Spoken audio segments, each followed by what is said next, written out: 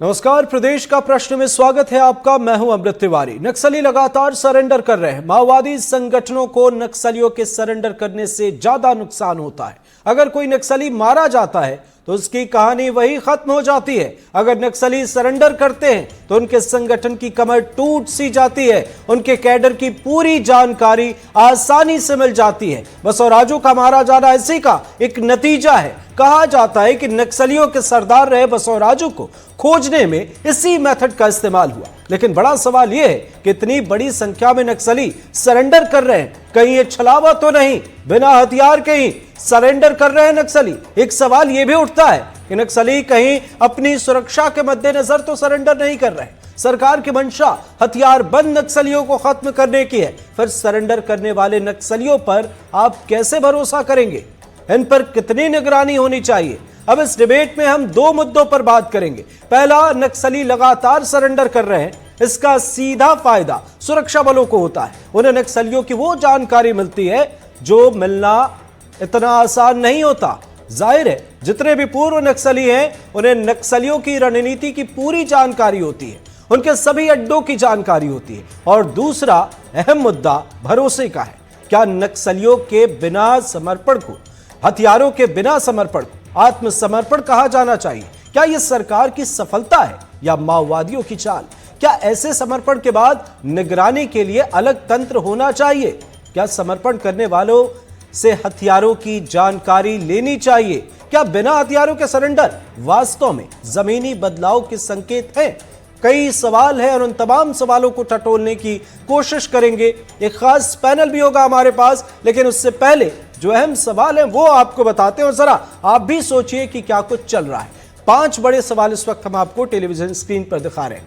बिना हथियार के सरेंडर कर रहे हैं नक्सली, ये कैसा आत्मसमर्पण है? आप भी सोचें, क्या ये हमारे समाज के लिए बेहतर है? हमारे समाज में एक ऐसी बिरादरी आ रही है जिसने कभी सिस्टम से बगावत की है, उसके सिस्टम में बगावत है और आज वे मुख्य धारा से जुड़ रहे हैं। क्या पता कल किसी मसले पर कोई अनबन हो जाए और क्या ये उस वक्त उन्हें फिर से हथियार उठाने पर मजबूर करेगा या नहीं करेगा? तमाम सवाल हैं, टटोलेंगे। हमारे साथ निर्मल कौर जी है, रिटायर्ड आईपीएस, बहुत बहुत स्वागत है आपका। कमलकांत शर्मा जी है, रिटायर्ड आईजी सीआरपीएफ, आपका भी बहुत बहुत स्वागत है। नियति चौधरी जी है हमारे साथ, नक्सल मामलों की जानकार। आप सभी मेहमानों का बहुत बहुत स्वागत है। सबसे पहले निर्मल जी, आपसे समझना चाहेंगे एक बड़ा सवाल, जो आत्मसमर्पण करने वाले नक्सली हैं उन पर भरोसा करना कितना बेहतर, क्या निगरानी होनी चाहिए? कि देखिए, बहुत उनका जो है ना, नक्सलों की पैठ तो फोर्स के अंदर तक है। तो 20-30 साल पहले एक नीति के अंतर्गत उन्होंने कहा कि हम रेलवे, हम पुलिस, हम ये सब ज्वाइन करेंगे ताकि हम, परंतु देखिए हर मूवमेंट जो है समय के साथ अपनी वो खोता जाता है। और अब जबकि विकास के इतने कार्य हुए हैं, इतना मल्टी प्रॉन्ग्ड अप्रोच स्ट्रेटेजी लगी है नक्सलवाद को मिटाने के लिए, और कई हद तक वो मिट भी चुका है। मैं तो कहूँगी 70-80% बहुत कम हो गया है। और ये जो डेडलाइन दी गई है माननीय गृह मंत्री द्वारा मई 2026 की, तब तक तो वो करीब करीब खत्म हो जाएगा, ये तो निश्चित है। तो मुझे लगता है भरोसा तो आप, मतलब ट्रस्ट बट वेरीफाई, वही जो है, तो भरोसा तो आप करेंगे, परंतु साथ साथ आप, जैसे हर चीज पे हम लोग जब भरोसा करते हैं इस तरह के सरकारी मामलों में, सुरक्षा के मामलों में, तो ट्रस्ट बट वेरीफाई ही करता है कि विश्वास तो कीजिए, परंतु साथ साथ सत्यापन भी कीजिए कि क्या हो रहा है। ट्रस्ट बट वेरीफाई जो है नीति, यही अपना के अपने को चलना पड़ेगा। और ट्रस्ट के अलावा कोई चारा नहीं है। और वो देखिए, ऐसा नहीं कि कोई सरेंडर कर रहे हैं कि उनकी तरफ से भेदिए आके आपके पास सरेंडर कर रहे हैं, या उनके मोल्स है जो आपके आके डिपार्टमेंट को आके ज्वाइन कर चुके हैं। नहीं, ये तो इसलिए हो रहा है क्योंकि उन पर इतना दबाव पड़ रहा है चारों तरफ से। अब देखिए, उनके बड़े बड़े नेता मारे गए, बासवराजू मारा गया, वो जो उनका जो जंगल है नारायणपुर के आगे, जहाँ की वो लोग अपना रेस्ट एंड रिहेब रिकवरेशन के लिए जाते थे, वहां पे इतने सारे लोग मारे गए और इतने लगातार मारे जा रहे हैं जो उनमें कट्टर है। और जो उन पर जो दबाव बनना पड़ा है चारों तरफ से सुरक्षा बलों के द्वारा, राज्य सरकार के साथ सहयोग करते हुए, जो चारों तरफ जवाब बने, प्लस जो जनता उनसे जो विमुख हो रही है कि डेवलपमेंट रीच कर रहा है, विकास के जो कार्य है वो इंटीरियर के एरियाज में हो रहा है, आंतरिक एरियाज में हो रहा है, विकास हो रहा है। तो इससे क्या हो रहा है कि खुद ही वो लोग, एक तो उनका मोह भंग हो रहा है, धीरे धीरे मोह भंग हो रहा है, और दूसरी बात है कि जान पर भी बनाई। अब जब जान पर बनाई है तो वो, और मुख्य धारा में रहना हमेशा आदमी के लिए अच्छा रहता है, इसलिए वो लोग बार बार, सरकार भी कह रही है, माननीय प्रधानमंत्री भी कह रहे हैं, माननीय गृह मंत्री भी कह रहे हैं, राज्यों के मुख्यमंत्री भी कह रहे हैं कि आप आइए और देश की मुख्य धारा को ज्वाइन कीजिए। इस तरह का जो अपराध का रास्ता आप अपना रहे हैं, या जो सरकार को के खिलाफ मतलब पैरेलल गवर्नमेंट अपनी चलाना चाह रहे हैं, या गांव वालों को धमका डरा के अपनी एक दहशत की, आतंक की सरकार चलाना चाह रहे हैं, जी। ये उचित नहीं है। तो मुझे लगता है कि निश्चित ही जो लोग आ रहे हैं, जुड़ रहे हैं, सरेंडर कर रहे हैं, मुख्य धारा से जुड़ना चाह रहे हैं, ये एक स्वागत योग्य कदम है, इनका स्वागत किया जाना चाहिए। और जहां तक हो सके इनकी रिहेबिलिटेशन के, इनके पुनर्वास में जी। समाज के लिए प्रयास करने चाहिए, ताकि इनका अच्छा पुनर्वास समाज में हो सके। ठीक है, बिल्कुल सही आपने कहा निर्मल जी। हमारे सहयोगी विकास तिवारी भी हमारे साथ जुड़ गए हैं। विकास जी, जिसने कभी सिस्टम से बगावत की हो उस पर भरोसा करना कितना सही, इसके साथ ही क्या निगरानी होनी चाहिए? क्या इससे पहले कोई ऐसा मामला सामने आया है जो हमारे लिए एक अलर्ट की तरह हो? देखिए, सबसे बड़ी बात यह है कि कितना इन पर भरोसा करना चाहिए। तो सबसे बड़ी बात है कि इन्होंने वाकई सिस्टम से बगावत तो किया है। इनका स्वागत तो होना चाहिए, लेकिन क्योंकि और कोई दूसरा रास्ता नहीं है, आप हर किसी को मुठभेड़ में मार तो नहीं सकते। और कोशिश तो ये होनी चाहिए कि शांतिपूर्ण तरीके से इस समस्या का समाधान हो। लेकिन ये भी सच है कि अगर ये आ रहे हैं तो इन पर कुछ संदेह तो जरूर होना चाहिए कि आखिर आप, जैसे कि निर्मल मैम ने, अभी मैं उनको सुन रहा था कि बहुत दबाव में है और उनकी परिस्थितियां अब अनुकूल नहीं है, और उनका जो शीर्ष लीडर है वो भी लगातार नुकसान में है। तो ये भी एक वजह है उनके सरेंडर करने की और निचले स्तर की। लेकिन सवाल उठाना, क्योंकि हम पत्रकार हैं तो हमको भी सवाल उठाना भी लाजमी है कि कैसे लगातार अगर आप सरेंडर कर रहे हैं तो आखिर आपके हथियार हैं कहाँ, और वो हथियार आप लेकर क्यों नहीं आ रहे। उनकी अलग परिस्थितियां हैं, हथियार लेकर आना कोई आसान काम भी नहीं है संगठन से। लेकिन फिर भी एक सवाल तो बनता है कि अगर हथियार ही नहीं आ रहे तो फिर समर्पण किसका, केवल निचले कैडर का? क्योंकि कैडर की भर्ती तो लगातार हमेशा अलग अलग समय पर संगठन के लोग अलग अलग समय में करते रहे। कोविड के समय की आप बात कर लें तो लगभग 10,000 बच्चे केवल बस्तर से ड्रॉप आउट हुए थे, स्कूलों से और छात्रावास से। तो उसमें से लगभग 10% बच्चे संगठन ज्वाइन कर चुके थे। तो लगातार वो अलग अलग पैंतरे से लगातार अपनी भर्तियां भी करते ही रहते हैं। कम हो ज्यादा हो बात की बात है, अगर हथियार उनके पास हैं, हथियारों का समर्पण नहीं हो रहा है तो फिर संदेहास्पद है। और एक खास बात है, क्योंकि मैं हम जमीन पर काम कर रहे हैं, बहुत समय पहले की बात है कि लगातार समर्पण की संख्या उस वक्त भी बढ़ी हुई थी। लगभग 17-18 के समय की बात है। एक दौर था जब लगातार समर्पण हो रहा था। उस दौरान मेरी भी कुछ लोगों से बातचीत हुई थी, तो माओवादियों ने गांव के गांव वालों से कहा था कि आप सभी जाकर समर्पण कर दें, और जब आप समर्पण कर देंगे तो इससे आपका रोज आना जाना बन जाएगा थाने में, और वहां से जो समर्पण नीति का जो लाभ है वो भी आप ले लीजिए। 10,000 रुपए हर किसी को मिल रहे थे प्रोत्साहन चेक के तौर पर। और लेकिन वहां से कोई भी जानकारी आप लेकर आए, कुछ भी जानकारी जो हमारे लिए कुछ भी कारगर साबित हो, तो इस तरह के पैंतरे भी हैं। और इसके पहले कांकेर का एक, हालांकि मुझे समय याद नहीं, लेकिन कांकेर का एक मामला है जो मुझे खूब याद है कि वहां पर किस तरह से माओवादी दंपति ने समर्पण किया था और आगे चलकर वो थाने से ही हथियार लेकर भाग गए। तो अगर पुरानी कोई घटना है तो उसे भी आप भुला नहीं सकते, उन्हें याद करके, क्योंकि यहाँ आपको दुश्मन के हर पैंतरे, हर चाल पर नजर रखनी होगी। बहुत ही माहौल अभी अनुकूल है फोर्स के लिए, लेकिन इस दौरान कोई लापरवाही ना हो। आप इस बात पर भी गौर फरमाएं, यहाँ सीनियर अधिकारी भी हैं हमारे साथ में, तो वो ज्यादा हमसे सीनियर है और ज्यादा जानकार है। माओवादी हर बार लंबे समय तक इंतजार करते हैं कि फोर्स कहाँ पर चूक करे, और कोई भी एक छोटी सी भी चूक का वो भरपूर इस्तेमाल करते हैं पॉजिटिव वे पे हर बार। चाहे आप अरनपुर की घटना ले लें, या बीते दिनों जो 6 जनवरी को 25 में जो शुरुआती तौर पर जो बड़ी घटना हुई आपका ओरछा कुटरू की तरफ में जो ब्लास्ट किया गया, ये हर छोटी लापरवाही या हर जहाँ पे जवान लापरवाह हुए वहां माओवादियों ने उसका भरपूर फायदा उठाया अपने लिए। तो अगर लगातार समर्पण के तौर पर वो लोग आ रहे हैं, समर्पण के बाद ये लोग कर क्या रहे हैं? और फोर्स क्या हर किसी पर नजर बना के रखी है? क्या वो आराम से कोर्ट या थाने में घूम रहे हैं क्योंकि उन्होंने समर्पण कर दिया है? अब वो आराम से थाने में घूम रहे हैं, घूमने के बाद उनके संपर्क किससे हैं? क्या सूचना कहीं वो बाहर तो नहीं लीक कर रहे? इस पर किस तरह की निगरानी कर रही है? हालांकि अगर आप पुलिस के अधिकारियों से बातचीत करेंगे तो कहेंगे कि सुरक्षागत कारण है, इसलिए इस पर कोई बहुत ज्यादा जानकारी नहीं देंगे, ठीक है। लेकिन क्या वो नजर रखे हैं, ये सवाल उठाना भी हमारा सबसे महत्वपूर्ण दायित्व है। मुझे लगता है इस पर बातचीत तो होनी। बिल्कुल सही आपने कहा। कमलकांत शर्मा जी, एक बड़ा सवाल, हथियारों के बिना सरेंडर, ये कैसा आत्मसमर्पण? ये सरकार की सफलता है या माओवादियों की चाल भी हो सकती है?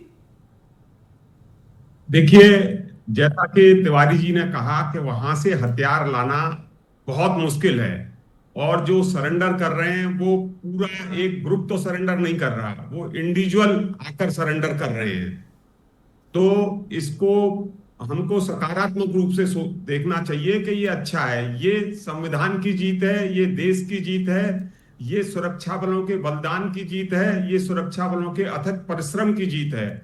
और सबसे बड़ी बात ये है कि ये जो नक्सल में हमारे युवा चले गए थे, उनके विवेक पे जागृत होने की जीत है। तो हमको इसको इसी रूप में लेना चाहिए। दूसरी बात, अभी तक ये पहला कोई सरेंडर नहीं है। आपने देखा कि जब कश्मीर में आतंकवाद था तो वहां बटालियन की बटालियन खड़ी की गई, उनको तो हथियार पूरे सरकार की तरफ से दिए गए। और इसी तरह नॉर्थ ईस्ट में कई बटालियन खड़ी की गई जो सुरक्षा बलों की। तो ये एक मतलब पूरी तरह से परखा हुआ एक मसला है। तो इसको हमको सकारात्मक रूप से सोचना चाहिए, क्योंकि भारत मां जो है वो अभय मुद्रा में खड़ी होके और इनको वरदान दे रही है, वरद हस्त से कह रही है कि आओ आप मेरी सुरक्षा में आ जाओ। तो ये एक बहुत ही अच्छा। दूसरे रूप में अगर हम देखें तो अगर आप मान के चलें कि 100% इनके सरेंडर का अगर हम देखें तो 25% तो ये संभावना है कि वो पूरी तरह सुरक्षा बलों के साथ आके और उनकी मदद करें। 25% ये भी है कि वो निष्क्रिय हो जाएं। 25% ये है कि वो वहां से चले जाएं और कहीं कोई रोजगार देखें। तो 75% तो हमारे पक्ष में है। और जो भी तिवारी जी ने या आपने जो आशंकाएं व्यक्त की थी, सुरक्षा बल कोई भी चीजें जो करते हैं, कोई भी निर्णय लिए जाते हैं, उसके सभी पहलुओं पर 360 हर एक आयाम पर विस्तार से विचार होता है। अभी मान लो ये हथियार लेके तो नहीं आ सकते थे जो जनरली होता है, क्योंकि पूरा इस तरह का एक ग्रुप सरेंडर नहीं कर रहा। तो हमको इसके प्रति, हाँ, आपके इस जो आपने कहा है आशंका से मैं पूरी तरह से सहमत हूं कि हमें पूरे आंखें खुली रखनी चाहिए। और आपको मैं विश्वास दिलाता हूं कि सुरक्षा बल इतना मतलब चौक चौबंद रहते हैं कि वो ऐसा कोई चीज नहीं छोड़ते कि जिस पर कोई नुकसान करके चला जाए हमें। बिल्कुल सही आपने कहा। हमारे साथ नक्सल मामलों की जानकार नियति चौधरी जी भी हैं। नियति जी, अब हमारे सिस्टम से नक्सली जुड़ रहे हैं, बिल्कुल हमारे साथ, हमारे बीच। अब किसी भी मसले पर कभी कोई अनबन क्या उन्हें वापस बगावत की ओर धकेल सकता है? क्या ऐसा लगता है? क्या इसके चांसेस 1% भी आपको मालूम पड़ते हैं, आपको लगता है? जी देखिए, सर्वप्रथम तो गलती को सुधारने का अवसर तो सभी को होना चाहिए। मान लीजिए कोई अपने युवा में गुमराह होकर अपने साथियों के साथ इस गलत राह में पड़ गया और अब उसे अवसर मिल रहा है अपने जीवन को सुधारने का, तो अवश्य वो तो सरकार, हमारा कर्तव्य है, हमें प्रत्येक व्यक्ति को एक मौका सुधारने का देना चाहिए।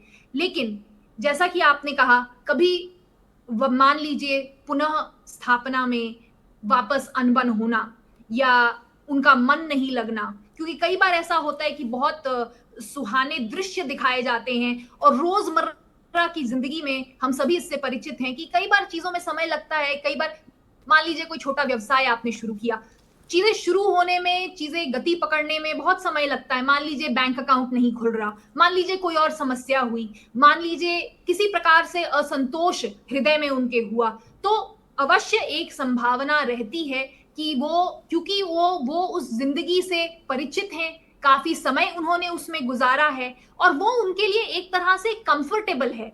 वो जिस प्रकार हमारा साधारण जीवन हमारे लिए कंफर्टेबल है, उनके लिए वो जीवन कंफर्टेबल है। तो यह संभावना तो रहती ही है। इसके अतिरिक्त जैसा कि आपने जिक्र किया कि वो हथियार लेकर नहीं आ रहे, तो इसमें मैं ये जानकारी देना चाहूंगी कि कई बार जो ये हथियार होते हैं, ये इन्होंने पुलिस और सुरक्षा बलों से ही इनके मैगजीनों से रेड कर करके इन्होंने लिए होते हैं। कई बार ये डाके डालते हैं और ये पुलिस के ही हथियार होते हैं, उनके AK-47, उनके शातिर गन, उनके स्नाइपर गन सब लेके ये अपने पास रखते हैं। तो जब हथियार नहीं आ रहे तो मैं अवश्य कहूंगी कि ये सुचेत रहने का एक संकेत है हमारे पास। इसके अतिरिक्त कई बार एक रणनीति होती है नक्सलियों की या लेफ्ट विंग आइडियोलॉजी समर्थकों की। ये रणनीति क्या होती है?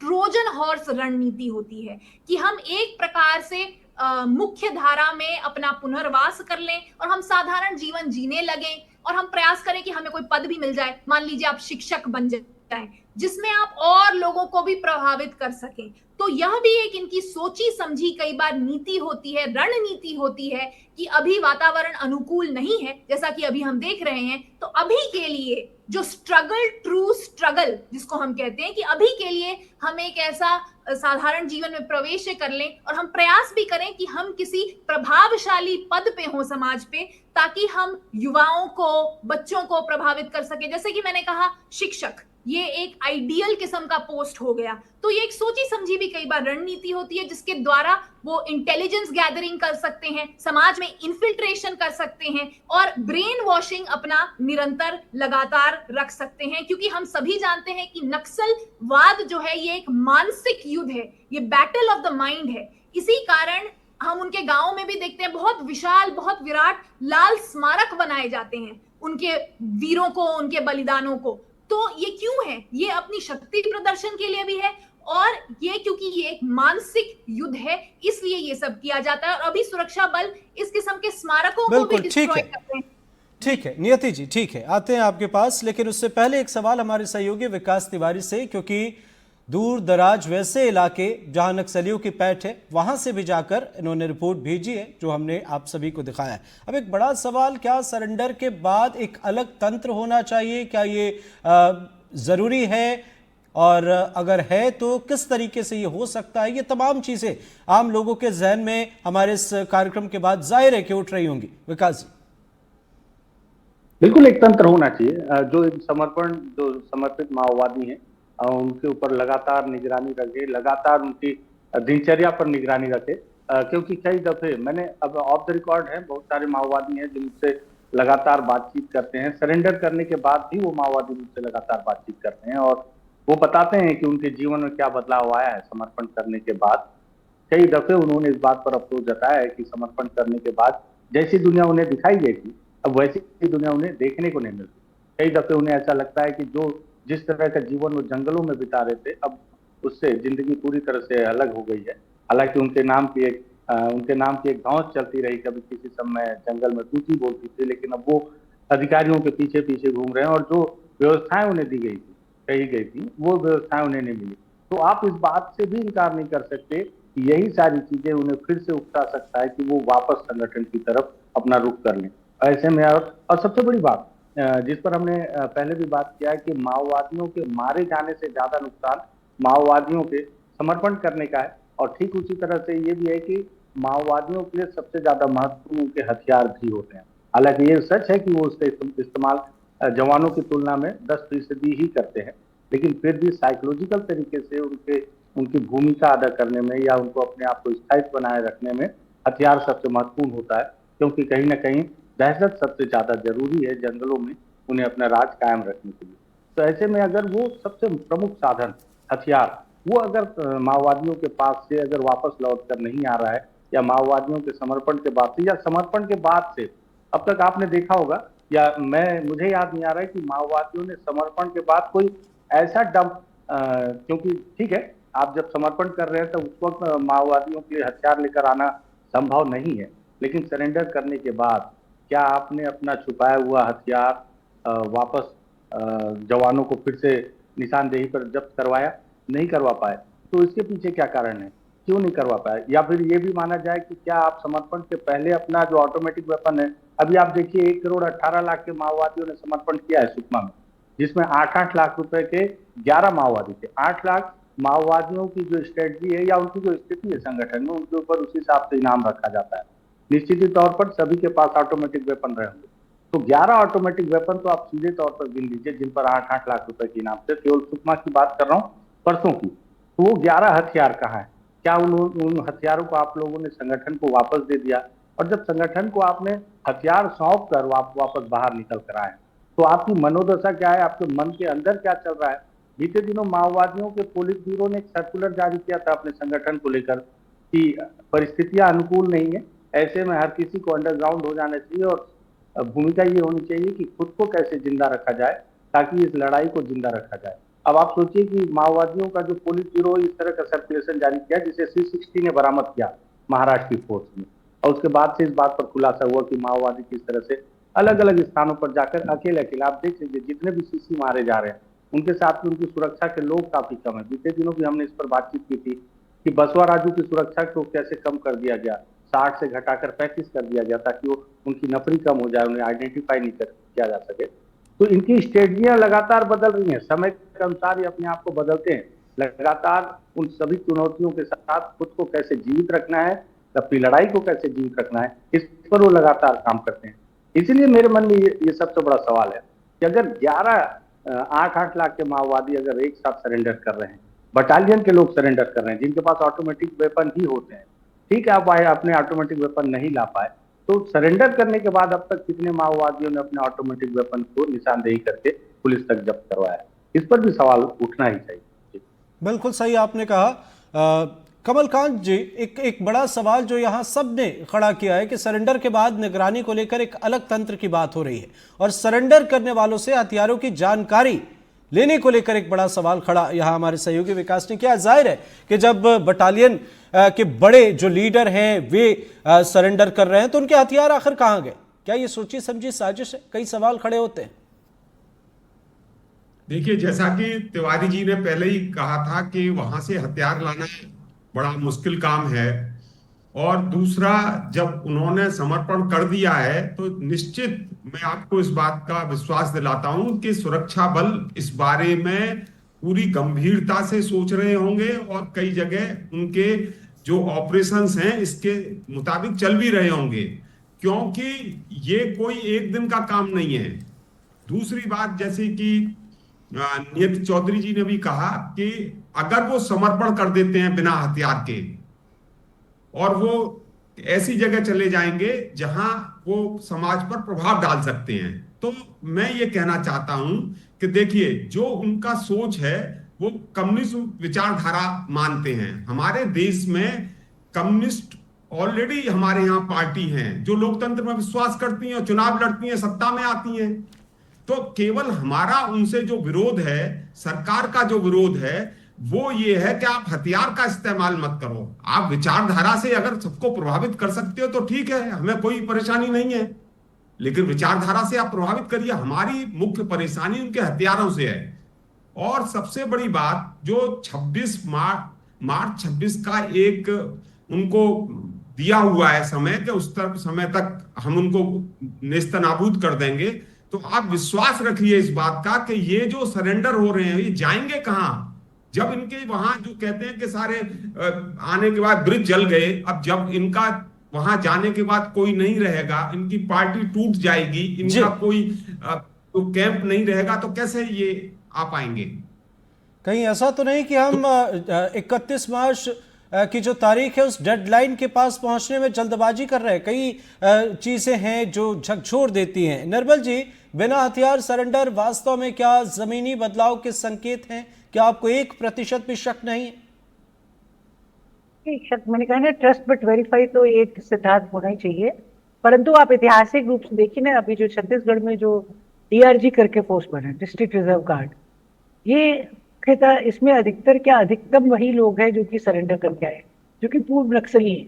और ये DRG की पूरी जो बटालियन है, ये वही है, पूर्व नक्सलियों की बटालियन है, और ये बहुत अच्छा कार्य कर रही है, बहुत अच्छा कार्य कर रही है। ये तो आपके विकास जी भी बता देंगे, छत्तीसगढ़ से ही रहते हैं और देख रहे हैं। तो आप अगर देखें उठा के कि जो लोग नक्सलवाद से तंग तबाह होके, या जो मतलब कहीं गुमराह हो गए थे वहां से ठीक होके आए हैं, वो भी चाह रहे हैं कि हम मुख्य धारा को सिंसियरली ज्वाइन करें, निष्ठापूर्वक यहाँ कार्य करें। और अधिकतम लोग वहां से आने के बाद समाज में घुल मिलना चाहते हैं, समाज के में एक रस होकर सामाजिक कार्य जो है, जो लेजिटिमेट कार्य है जिससे कि समाज चलता है, जो मुख्य धारा के काम है, वो करना चाह रहे हैं। डीआरजी इसका एक बहुत बड़ा उदाहरण है और ऐसे कई अच्छे हैं। मैं ये नहीं कहती कि ये 100% या 500% केस में सही हुआ, कुछ ना कुछ तो हमेशा रहता है। देखिए स्टेटिस्टिकली स्पीकिंग कुछ ना कुछ पॉसिबिलिटी प्रोबेबिलिटी तो रहती है, परंतु उसका मतलब ये नहीं कि आप हर किसी पे एकदम शक की निगाह से देखें। और जो लोग आ रहे हैं निश्चित ये हथियार करना लाना, स्पेशली जो बड़े बड़े लोग सरेंडर कर रहे हैं, एक शक का वो देता है गुंजाइश। पर आई एम श्योर कि बाद में जाके वो लोग हथियार भी अपनी शक पकड़ लेंगे। और ये तो सुरक्षा बलों को अगर वो इंगित भी कर देते हैं, निशानदेही कर देते हैं कि हथियार कहाँ है, सुरक्षा बल रेड करने के बाद उनकी निशानदेही पे या इवन अदरवाइज अपने तंत्र से जो जानकारी इकट्ठी करते हैं उस पर वो रेड करके उनके हथियार रिकवर कर सकते हैं। और विश्वास तो कहीं तो करना ही पड़ेगा ना आपको। आप ऐसे कैसे चलेंगे कि सब कुछ मेरा, इतनी मेरी पठ भी मेरी, ये तो नहीं हो सकता। बिल्कुल। एक बड़ा सवाल नियति जी यहाँ निगरानी के साथ ये भी खड़ा हो जाता है कि क्या जो आत्मसमर्पण कर रहे हैं, मुख्य धारा से जुड़ रहे हैं नक्सली, क्या उनको नक्सलियों से खतरा नहीं है? ये भी एक बड़ा सवाल है। अगर निगरानी होती है तो वहां भी उन्हें सहूलियत मिलेगी। और एक माइंडसेट भी हम आपसे समझना चाहेंगे कि एक नक्सली की मनोदशा कैसी होती है, कैसा माइंडसेट होता है, वो वापस समाज से जुड़ रहा है।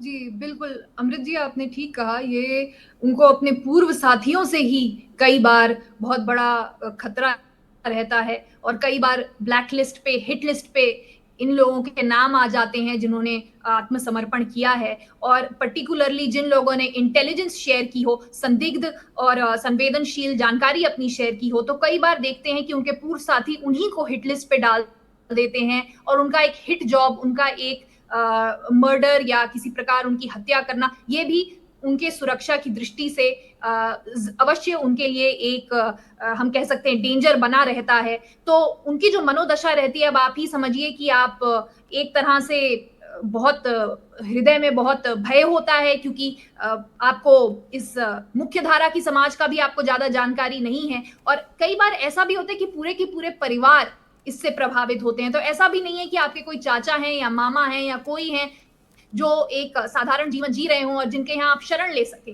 तो आप बिल्कुल ही अलग अकेले होते हैं। कई बार दंपति साथ होते हैं, कई बार उनके बालक भी होते हैं। तो ये निश्चित तौर से उनके लिए एक हृदय में बहुत भय होता है, मानस में बहुत भय होता है, किस पे विश्वास करें, किस पे नहीं करें, इसके प्रति भी उनको डाउट हमेशा लगी रहती है। और जैसा कि मैंने कहा, सुरक्षा की दृष्टि से भी उनके डेंजर तो बने ही रहते हैं, पूर्व साथियों से विशेषकर। बिल्कुल सही आपने कहा। बहुत बहुत शुक्रिया हमारे साथ जुड़ने के लिए आप सभी मेहमानों का। विकास तिवारी जी, निर्मल कौर जी, कमलकांत शर्मा जी, नियति चौधरी जी, आप सभी का बहुत बहुत शुक्रिया। लेकिन सबसे बड़ा सवाल निगरानी को लेकर सिर्फ आशंका नहीं है, बल्कि जब आप मुख्य धारा से जुड़ रहे हैं तो आपकी सुरक्षा सुनिश्चित करना भी एक बड़ी जिम्मेदारी है। हमारे इस खास कार्यक्रम में फिलहाल इतना ही। नमस्कार।